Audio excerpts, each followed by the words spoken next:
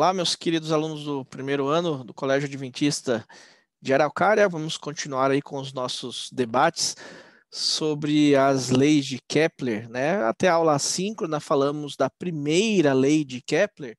Agora vamos continuar aí com a segunda, nessa aula assíncrona. Como eu sempre digo, anote as suas dúvidas e no momento síncrono, ou seja, na próxima aula síncrona, você pode perguntar aí as suas dúvidas, tá bom? Bem importante que você faça isso.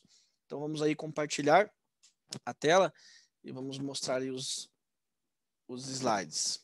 Bom, então na aula passada, né, paramos ali justamente nessa parte aí que falamos da teoria do universo, também paramos na primeira lei das órbitas, que diz que as órbitas dos planetas em torno do Sol são elipses, nas quais ele, ou seja, o Sol, ocupa um dos focos, tá bom? Então essa é a primeira lei das órbitas, que já foi bem discutida aí com vocês. Então temos a elipse, né, que é justamente o formato da linha, da trajetória dos planetas, e aí eles giram ao redor do Sol. Então essa elipse você terá dois eixos, cujo eixo horizontal é feito por dois focos, igual eu pedi para vocês montarem as suas elipses, e um desses focos está o Sol. Aí os planetas giram ao redor dessa órbita elíptica aí, certo?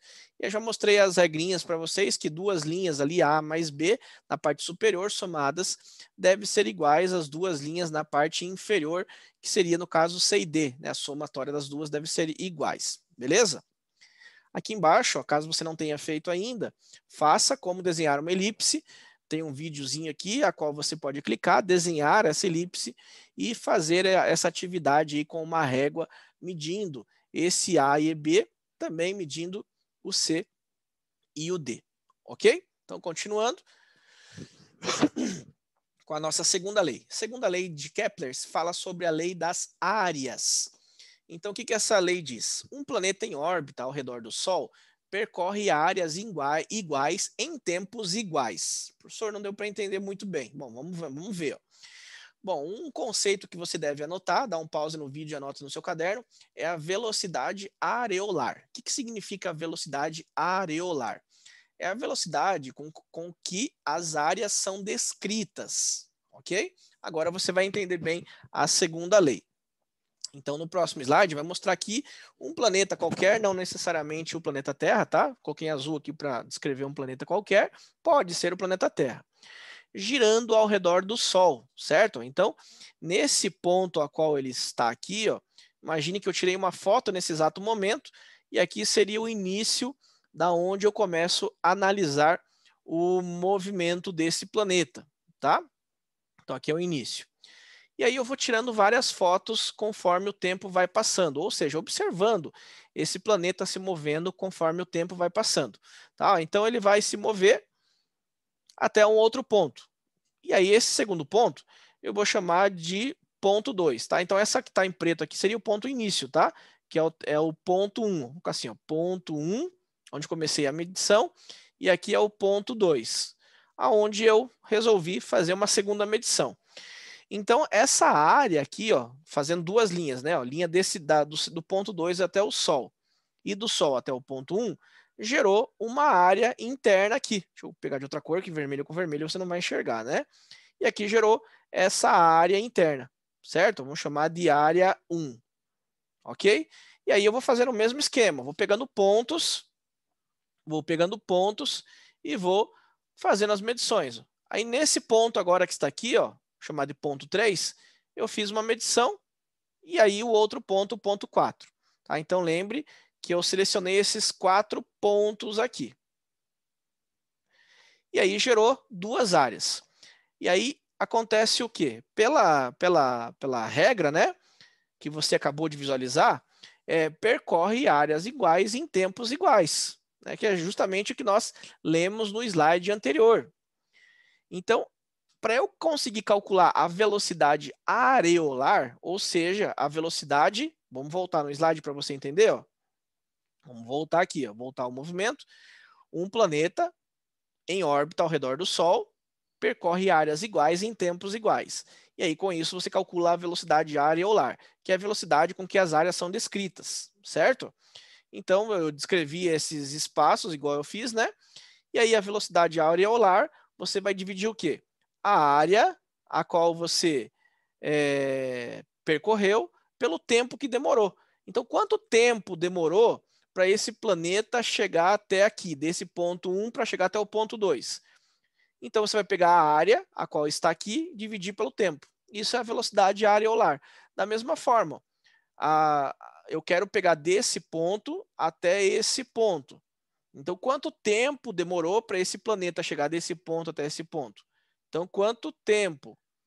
E qual que seria a área a qual foi descrita? Né? Então, você divide esses dois, você tem a velocidade areolar, certo? Vamos ver um exemplo. Então, quando você tem quando você tem cada planeta mantém a sua velocidade areolar constante ao longo da sua órbita elíptica. Então, você pode pegar o quê? Ó? Essa aqui, ó, essa velocidade areolar 1, vamos chamar assim, ó, velocidade areolar 1 vai ser igual à velocidade areolar 2. Por isso que significa manter constante, tá? Ó, velocidade areolar 2. Então, chegando na igualdade, você sabe que a velocidade areolar é calculada pela área a qual esse planeta descreveu, pelo tempo que ele demorou, certo? Como aqui essas duas áreas você vai acabar igualando, né? Ó, velocidade areolar 2 tem que ser igual à velocidade areolar 1.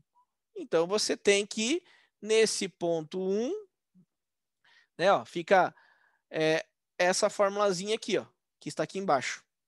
Certo? Então, a velocidade areolar nesse primeiro percurso deve ser igual à velocidade areolar no segundo percurso. E aí você chega nessa forma. A1 igual a T1, ou seja, a área 1 pelo tempo 1, deve ser igual à área 2 pelo tempo 2. E aí você chega nessa expressãozinha aqui pela igualdade das velocidades areolares.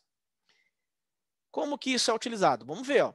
Se um planeta percorre uma certa área 1, então vamos pegar aqui, ó. Vamos fazer o nosso desenho. Então aqui está a nossa elipse, né? Ó. Aqui está o meu eixo horizontal, aqui está o Sol, né? Como um dos focos. E aí eu vou pegar um planeta aqui, ó. O planeta sai desse ponto e vai para esse ponto. Vou chamar de ponto 1 e ponto 1 linha aqui, que eu quero fazer a medição desses dois. Ó. Então, quando eu junto esses pontos, ó, essa região aqui, eu vou chamar de área 1. Então, o planeta percorre uma área 1 em 3 meses. Então, o tempo para fazer esse percurso, o tempo, que é tempo 1, né? É equivalente a 3 meses. Então, você anota lá, ó, 3 meses. Em quantos meses esse mesmo planeta percorre uma área 2? Ou seja, eu quero um ponto aqui e um ponto aqui. Então, aqui é o ponto 2, e aqui eu vou chamar de 2', para indicar que é o mesmo movimento que eu estou anotando, tá? Então, vai gerar aqui uma área, ó, certo? Então, aqui eu vou chamar de área 2. E aí ele perguntou, ó, nesse percurso, qual é o tempo que eu demoro? Bom, então você sabe a igualdade, né? Ó, a área 1 deve ser igual ao tempo 1. Velocidades areolares devem ser iguais. Deve ser igual, então, a área 2 sobre o tempo 2.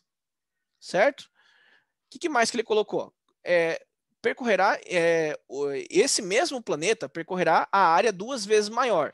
Então, eu sei o seguinte, ó, que a área 2 é 2 vezes maior que a área 1, certo? Então, você pode colocar assim, ó, vamos voltar a ler para você não se confundir. Se um planeta percorre uma certa área 1 em 3 meses, em quantos meses esse mesmo planeta percorrerá 2 vezes uma área maior? Então, a área 2 é 2 vezes o valor da área 1, certo? E aí você substitui aqui, ó. Esse aqui é o dobro desse aqui. Então, substituindo no lugar do A1, ó, você pode colocar 2A2. Tranquilo? Ó? Então, colocando aqui, ó, no lugar do A1, 2A2. É igual ao tempo igual ao tempo 1, tem que ser igual à área 2, pelo tempo 2. Por que ele fez isso? Porque agora a área 2 com a área 2, ó, corta. Tá vendo? cortou. Então ficou 2 sobre T1, 2 sobre T1, e quanto que vale o T1? 3 meses. Pode deixar em meses mesmo, isso se encontra em meses. É igual a 1 sobre o tempo 2, que é justamente o que ele está pedindo. Agora é só multiplicar cruzado aqui e acabou o teu problema, né? Então aqui o tempo 2, ó, será 3 dividido por 2, certo? Aqui é só multiplicar cruzado aqui, certo? E aí você encontra o tempo 2, que aí vai dar aproximadamente aí 1,5, tranquilo? Então o tempo 2 seria equivalente a 1,5. Ou 1,5 meses, né? Demora 1,5 meses. E aí você pode pensar assim, professor, mas tem alguma coisa errada. Se ele andou um tempo, se ele andou uma distância maior, consequentemente precisa demorar mais tempo. Aí, possivelmente, você possa ter pensado aqui, ó. Então, você podia colocar assim também, ó. O A1 é o dobro do A2, só para você visualizar bem quando você inverte essas informações. Fazendo exatamente isso. Então, no lugar do A2, agora eu vou colocar 2A1, pensando que a área é maior, né? Então, ficaria da mesma forma. O A1 sobre T1, ou seja, A1 sobre 3, tem que ser igual ao A2, que é 2A1, né? 2A1 sobre o seu T2. Então, quanto que vai dar isso? Aqui corta, corta, né? Aqui vai ficar 1. Então, o teu T2, ó, teu T2 vai ficar 2 vezes 3, ou seja, 6 meses. Professor, e agora? Qual dos dois que está certo? Vai pela lógica, né? Ó, isso aqui eu mostrei para você não ter cuidado para inverter isso aqui, ó. Então, ficou feio esse mês aqui, né? Mas enfim, se eu percorro uma área 2 vezes maior, consequentemente eu tenho que levar mais tempo, né? Então, na verdade, o correto é esse aqui, ó. Então, eu só mostrei para vocês a relação, ó, para você não inverter na hora de fazer essa continha bem simples aqui, tá? Então, aqui demorariam 6 meses. É meio óbvio, né? Se 3 meses é para uma área que é o dobro, vai demorar o dobro do tempo, 6 meses. Seria meio lógico isso, né? Então, aqui demorou 6 meses realmente. Então, essa primeira aqui, ó, se você invertesse, estaria errado, tá bom? Só para você ver a relação desses dois aí. Mais uma relaçãozinha, né? Que eu falei para vocês, que é do afélio. Então, o planeta pode estar mais afastado ao Sol, que isso é chamado de afélio, já foi conversado bastante vezes, né? Então, o afélio é o ponto mais afastado entre o planeta e o Sol. E outra relação é quando esse planeta está girando, ó, e se aproxima do Sol, o ponto mais próximo ao Sol, que aí seria chamado de periélio. E nós vimos em simuladores que o afélio e o periélio têm velocidades diferentes. Então ali vai mostrar para vocês uma relação quanto a isso. A velocidade do periélio, ou seja, desse ponto aqui, ó, ela é maior, então a velocidade do periélio ela deve ser maior do que a velocidade do afélio. E no ponto mais afastado que está aqui, ó, a velocidade desse ponto será menor. Então essa relação aqui ela sempre será válida, tá? Velocidade do periélio, então aqui a velocidade é maior e aqui lá longe a velocidade seria menor, mostrando que o planeta tem movimentações diferentes. Por que isso? Por vários motivos. O primeiro motivo é pela atração da gravidade, né? Tem uma força maior de atração aqui, de gravidade, porque está mais próximo. Então isso faz com que seja necessário uma velocidade maior do planeta, porque senão ele seria atraído pelo Sol. Tá? Então ele tem que passar mais rápido por aqui. Consequentemente, pelo lugar mais afastado, a força gravitacional é bem menor, então ele pode ir mais lentamente, tá? Tem um simuladorzinho aqui do FET, né, que eu vou mostrar para vocês, e aí vou finalizar essa aula. Então, só para você ver, o afélio tem 29,3 km por segundo e o periélio 30,2 km por segundo, tá? Velocidades aí medianas, mostrando que o periélio realmente é mais afastado. Então, eu quero que você entre nesse link aqui, nesse site do FET, tá? e aí você visualize ali algumas relações. Então, eu vou colocar aqui para vocês, ó, para vocês visualizarem essas relações aí da movimentação de planetas. Então, vai abrir aqui para vocês, para justamente visualizarem essa relação aí. Então, só deixar abrir aqui, ó. E aí, agora, que bonitinho. Que vocês já viram na aula síncrona, né? Mas eu estou mostrando novamente aqui esse simulador do PhET. Vou pegar um modelo, vou colocar aqui o caminho do planeta, ó. Então, veja aqui o planeta, vou aproximar um pouquinho ele do Sol, aproximar mais um pouquinho. Então, perceba, ó, ele vai se aproximar do Sol, ó, ele passa mais rápido. Ele se afasta, ele começa a ir mais lento. Ele se aproxima do Sol, mais rápido. Ele se afasta, ele vai mais lentamente. Então, aqui está mostrando justamente essa relação aí para vocês, tá bom? Do movimento próximo ou movimento mais afastado ao Sol. Se eu colocasse a Lua, olha que legal. A Lua vai girando ao redor do nosso planeta. E aí vai tendo essa trajetória elíptica, né? Para quem está vendo no formato que nós estamos aqui, né? Mas ela vai girando. Perceba que vai ser basicamente a mesma coisa aqui, né? Vou aproximar um pouquinho. E aí vai ter a mesma movimentação. Deixa eu colocar de novo a Lua. Bom, sumiu a Lua aqui. Mas aqui é só para você ver realmente essa diferenciação aí das velocidades, tá?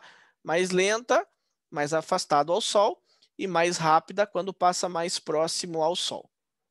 Ok, pessoal? Então, seria isso a aula de hoje, né? Referente às leis aí de Kepler e tudo mais. Espero que tenha gostado e tire suas dúvidas aí quando for no momento da próxima aula. Ainda falta a terceira lei, tá? Que é isso, eu gravo mais um vídeo e posto em outro dia para vocês. Grande abraço, Deus abençoe e bons estudos.